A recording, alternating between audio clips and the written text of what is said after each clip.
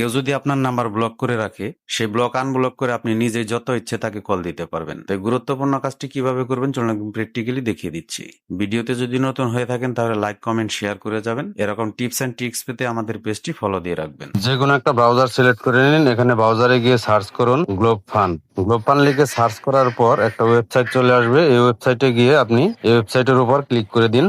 Click করার পর একটু স্ক্রল করে নিচের দিকে যান। নিচের দিকে গেলে এখানে 4টে অপশন পাবেন, ভিডিও, শেয়ার, SMS, কল। আপনি যেহেতু কাউকে কল দিবেন সেহেতু নিচের এই কল সিলেক্ট করে নিন। সিলেক্ট করার পর এই ইন্টারভেজে নিয়ে আসবে। এই খালি জায়গায় আপনার নামটা এখানে লিখে দিন। দেওয়ার পর নিচে নেক্সট বাটন আছে, নেক্সট বাটনে ক্লিক করে দিন। আবারও একটু স্ক্রল করে নিচের দিকে আসেন। এখানে কান্ট্রি সিলেক্ট করতে বলছে।